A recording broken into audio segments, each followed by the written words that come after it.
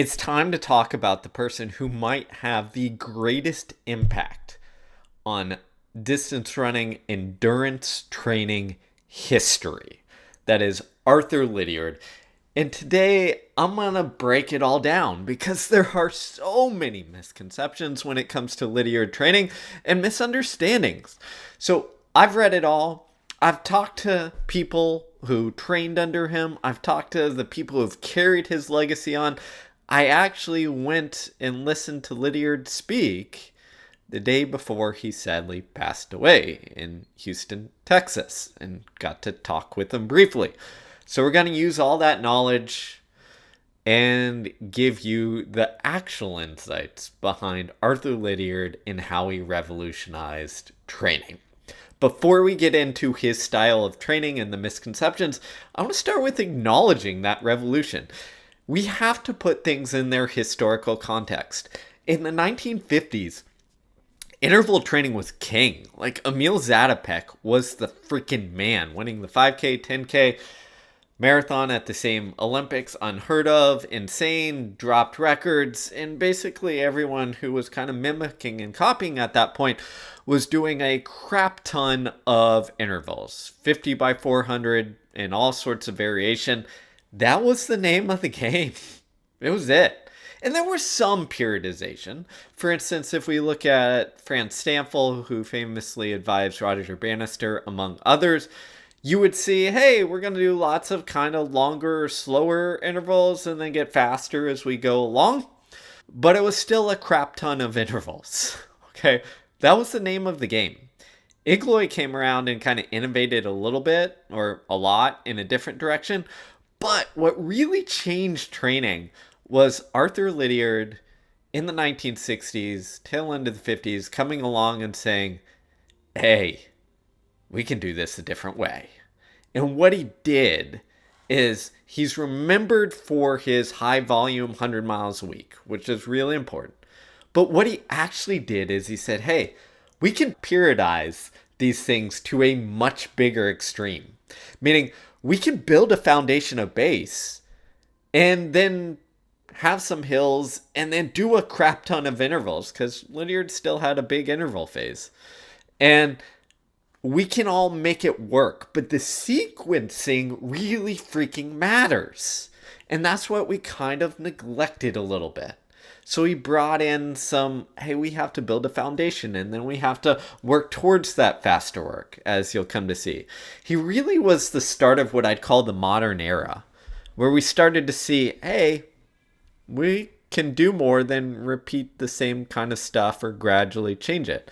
And then his partnership with Bill Bowerman really took it to another level as he incorporated hard, easy training. And I would also argue that almost all of modern training is a derivative of Lydiard style training. Like, he changed it that much. So now we're saying, yeah, there's a lot of differences, but we're still adhering to a blueprint that he kind of revolutionized. So all credit to Lydiard. What did his training look like? Well, there's some differences between what it did during his heyday in the 60s and 70s and what we do even now, or even what he professed in his later days. So I'm going to go through it all. But the key is the foundation phase, the base phase, the thing that he's known for. Okay? This is what everyone remembers about Lydiard, and they often forget the rest. But what it was is he realized, hey, if we build an aerobic foundation, and he did this kind of through self-experimentation on himself and then with other athletes. He was a milkman turned runner later in life. And he realized, hey, if we do a lot of what was called then marathon training, which was essentially lots of easy to steady, that sets the stage. And it allows us to have a better performance at a variety of distances. But we really need that foundation. His key insight was endurance, or what we later called aerobic training, is the foundation of basically everything at least 1500 up, but to a degree 800 up as well. Is we need that foundation. And Lydiard essentially did that by saying, hey, if you can, dedicate 4 months to running lots of miles. Now, this gets simplified into 100 miles a week, and it would vary, and Lydiard would tell you it would vary. But the key for him is you needed to get a ton of running in, or as much as you could relatively handle safely. Another thing that gets lost here is that it's often seen as like, oh, long, slow distance. No. Lydiard's original schedules, and these guys often ran pretty dang fast for these runs. I mean, they were cranking some high 5-minute pace, low 6-minute pace, mid fives. Like, they were cranking on some of this stuff. Sometimes it was easier, okay? Especially if they did secondary runs. But there was some steady stuff in there. And Lydiard later said, here's what you do. First, you emphasize the volume, and you build up to that volume. And if it's easy, if it's slow, whatever, just get it in. And then once you've got that volume, then you worried about the time distance, or what we'd call the pace. It was the quantity of that to get you prepared, and then you can worry about the quality. The other thing to include here is they also had some variation. It wasn't just easy, steady. It was also, there's some fartlek or speed play, which for them was not our organized fartlek of minute on, minute off, or 2 on, 1 off. It was just kind of natural. Pick up the pace, hard up some hills, go fast on some flats, easy up, like just kind of naturally change the pace of it. Okay? And this training included basically lots of singles, occasionally some doubles, depending on the athlete, and then a long run on a famous hilly course, which I'd butcher the name, Waiaturu, something like that. Don't get mad at me. But famous long run course, started near Lydiard's house and went through some hills and was pretty dang tough. You can go Google it and find it. But that was the key.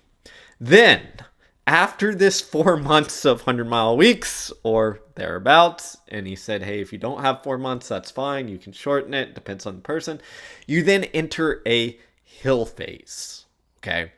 And this hill phase was essentially a 1-month phase that was a bridge between the marathon training and the track training. And this one is often neglected or forgotten, but I think it's really important because it does bridge that gap. It also introduces some speed development, which people often forget in Lydiard. And Lydiard was famous for not using much strength training, but this introduced a kind of strength endurance, plyometric effect, which again is often neglected or forgotten about. Now, what did the hill training phase look like? It wasn't just hill training. What it included was also leg speed training. So there are 3 days of hill training, which we'll get into, and 2 days of leg speed training, what is leg speed training? Basically 120 to 150 meter sprints or fast running. Lydiard said it, move your legs as fast as possible with 3 minutes rest. What was this? Again, to bridge that gap. He was saying, hey, we just did a bunch of easy stuff. We got to get those legs turning over. And in fact, Lydiard would say often, hey, get this on a very slight, gentle downhill slope so you can get those legs turning over and get ready to roll. Again, forgotten, it's that bridging that gap. It's this saying, we might have neglected speed a little bit during the marathon training, but we've got to build it back up. The hill training, what was it? Originally, they had about a half-mile long hill, and they would, depending on the description, either stride or bound up the hill. Now, the description changed a little over time, but essentially what you're looking at is a exaggerated kind of bounding effect where you're really emphasizing the push off the ground to get this kind of plyometric or strength-like effect. Lydiard quoted as saying, spring up hills on their toes, concentrating on relaxing and springing rather than running. Later on, this was kind of shortened to about a 200 to 300 meter hill. How steep? Again, varied, but his recommendation was not super steep so that you're, not moving very much, but a more kind of gradual or moderate hill where you could still get going. Now, the hill wasn't the only phase. So once you got up that 800 hill, or later on that 200, 300 hill, he'd say, hey, you need 200 to 400 meters at the top, which you jog out. This was your recovery. And then you come back down the hill, and then you stride it out down the hill pretty dang fast. So Snell, there were various reports where Peter Snell eventually got down where he was going like 150s down the 800 hill occasionally, rarely. But the point was, it was cranking pretty good. Okay, of course, the hill made it easy, but you were running fast. Then you'd get down to the bottom hill, you'd recover again, and then you do what they called wind sprints, which would vary in distance, but basically 50 meters, 100 meters, 150, 200, where you're going pretty fast and getting about 400 meter of volume in the work. Again, it's transitioning. It's saying, hey, let's introduce a little speed, or even a little speed with fatigue, because they're wind sprints. So you don't have a ton of recovery here. They're not full out sprinting. They just called them wind sprints, but hard intervals, right? So what you've got, and originally you would repeat this, 4 to 6 times, later sometimes a little bit less, 2 to 3, depending on the athlete. But what you've got is this strength and speed combination. So we've got hills 3 days a week. We've got leg speed 2 days a week, at least. And then we've got 1 day a week of your long run. Keeping that long run in there is the key. Why? Because Lydiard realized, as we'll come to see in the interval training, is that we needed something to keep that aerobic system primed. Unlike modern training, where you often see, hey, we're going to keep some easy runs in between our hard workouts and do 2 hard workouts, a long run, the rest easy. Lydiard had a lot more stuff in there, right? And not as many like, hey, go get this run in. Sometimes they had doubles and other things to increase volume, depending on the athlete and the time period of it. But like, that long run serves a vital purpose of maintaining that aerobic ability. So this is why it was often like, do your hill training, your leg speed, and then Sunday go run 2 hours steady. Because we need that, especially as we go into the next phase. The next phase, depending on, book, time of year, was essentially the track training phase, which could be 10 weeks, 3 months, somewhere in that range. And it basically started with, he'd call it anaerobic capacity work. We'd call it kind of track training, and then work towards the last 4 weeks or so of sharpening and coordination, which is essentially, we need to bring this together. During this whole phase, the long run is basically kept. Why? Again, it's that maintenance. It's that counterbalance. Lydiard's genius was saying, hey, we can't forget this marathon training we did for months and months. We've got to balance that out and keep that going. How did he do it? The long run.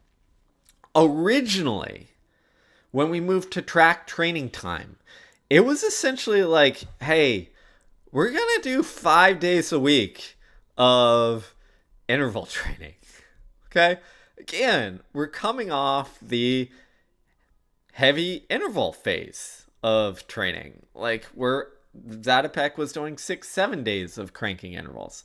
Stanfill 5 days a week of intervals of 400 meter repeats or something like that. So he didn't get rid of that to a degree. He toned it down. Lydiard wasn't running 5400s. But what he said is like, hey, we need some of this stuff. So let's break it down. Originally, the track phase had 5 days a week of intense training, as I said. Later, it was dropped to 3 days a week because you probably realized you didn't need that much. What did that track training look like? Okay, it's going to depend on the event. But essentially, early on, you're mixing kind of longer intervals with some short work, with a little bit near sprint stuff, but not that much. And it's anywhere from kind of like 200, 400 meter repeats up to 800s, Ks, or even one-off, what we now call kind of like a tempo run. But in Lydiard's day, tempos thresholds weren't a thing.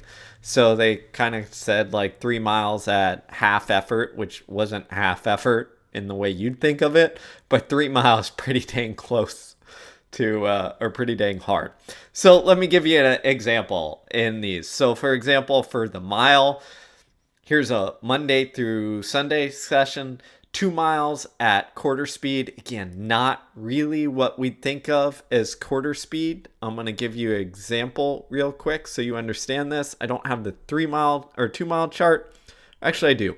So 2 miles at quarter speed, if you're running a 10-minute 2 mile, would be 10:55. So instead of running 5-minute pace, you're running what? A little under 5:30, 5:27 pace. So again, not easy. It's more like a steady tempo effort for 2 miles. Tuesday, 4 by 800. Wednesday, 12 by 300 plus 1/800. Thursday, 6 miles at a quarter. Again, 6 mile kind of tempo effort. Friday, 6 by 200. Saturday, 1 mile at a quarter effort, 1 mile at half effort, which again is pretty dang hard. Sunday, long run. So maybe not the traditional interval workouts you're thinking, but it's 5 days of quality. Okay. Now we'd say, 3 days of hard stuff plus maybe 2 days of tempo or threshold type work. But the point is quality after quality after quality. As I said, later that was changed. As you progressed from kind of doing like the hard interval stuff, what happened is some of those threshold tempo stuff got dropped or got turned into what we'll call time trials, which I'll explain in a minute. And we had more quality interval stuff. So for instance, the second month for that mile would look something like this: 1200 at half effort, which is pretty dang fast, followed by 800 at 3/4 effort, followed by 400 all out. Okay, that's 1284, not a lot of volume, but very high quality. Okay, very high quality. Tuesday would be 4 by 400. Okay, again, pretty high quality. Wednesday, 6 by 800 at half effort, pretty high quality. Thursday, 5 miles at 3/4 effort, which is faster than a tempo. Okay, that's pretty dang hard. Okay, almost like a time trial-esque, not quite that speed, but about as fast and relaxed as you could go.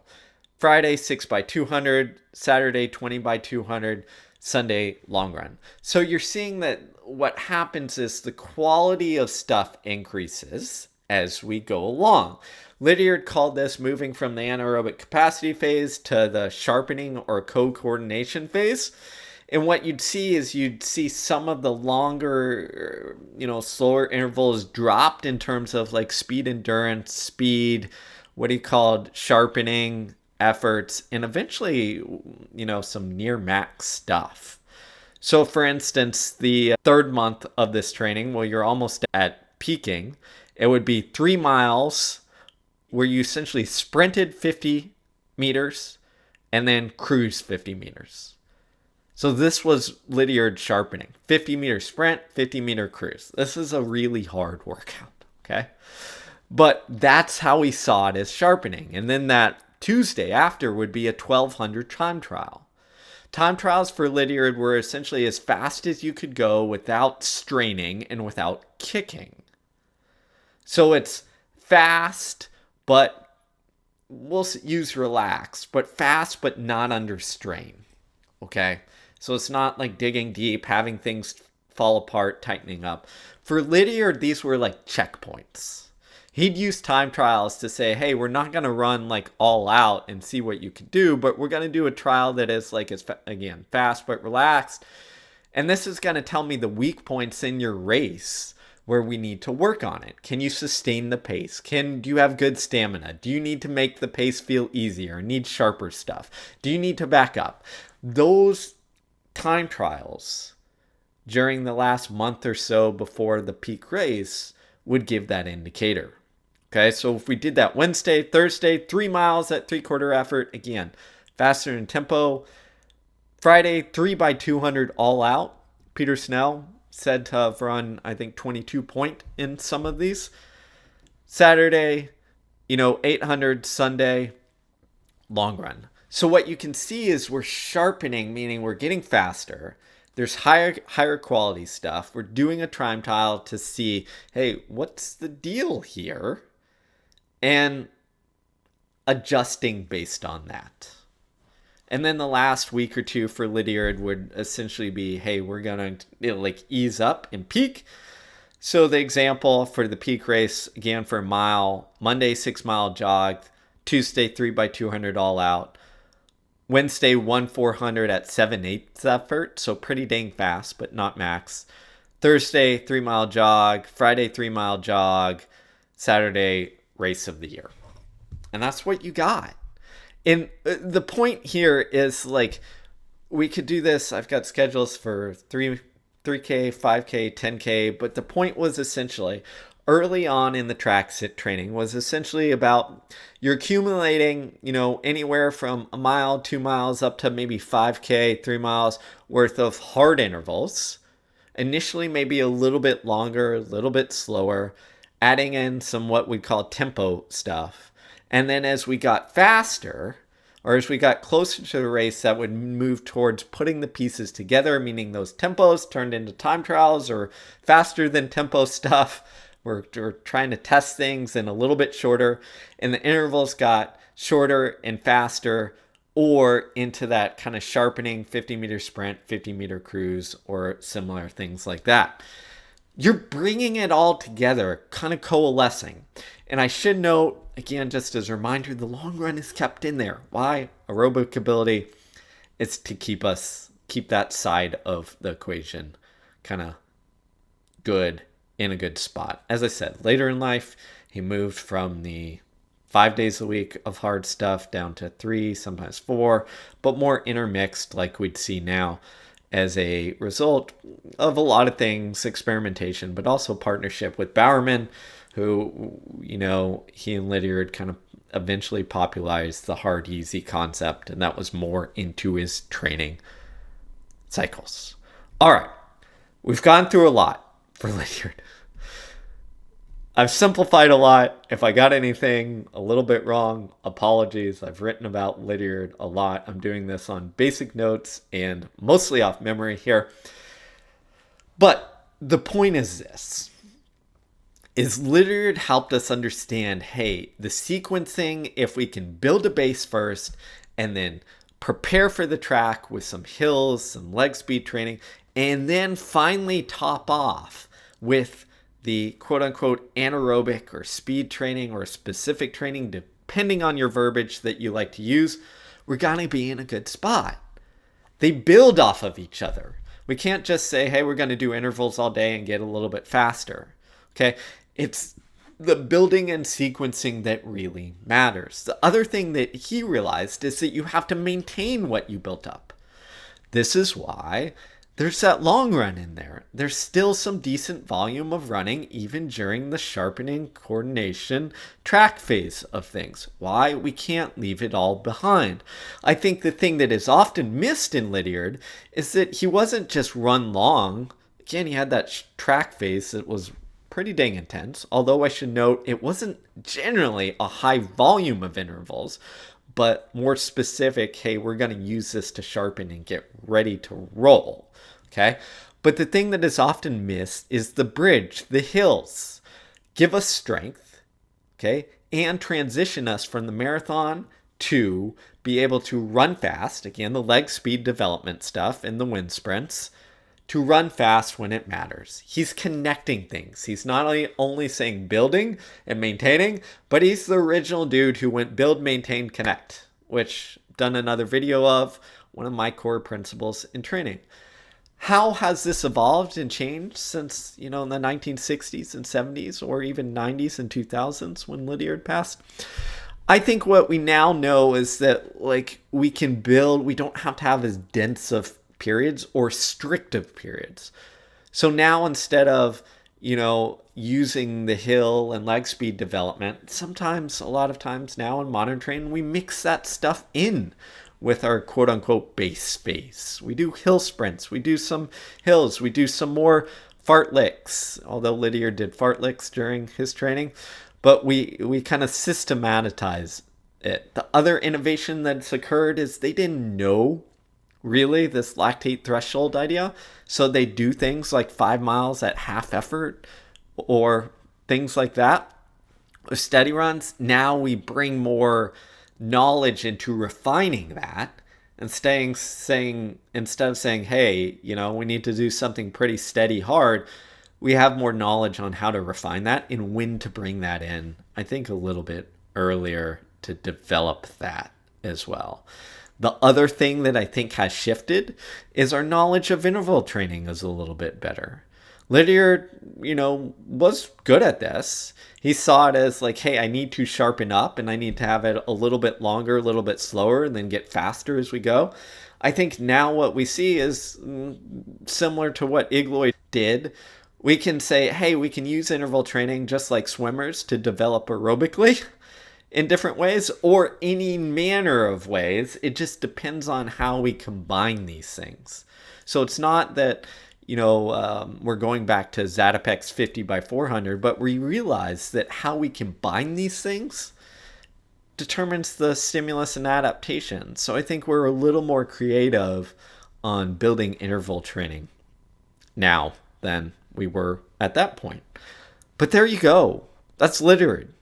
He was the godfather of modern training and really revolutionized things. And I still think it's very important, if you're an endurance coach, if you're a coach of any time, to go read Lydiard, to go read his original stuff, to go read the Lydiard Foundation work in the presentations done by some of the great folks there.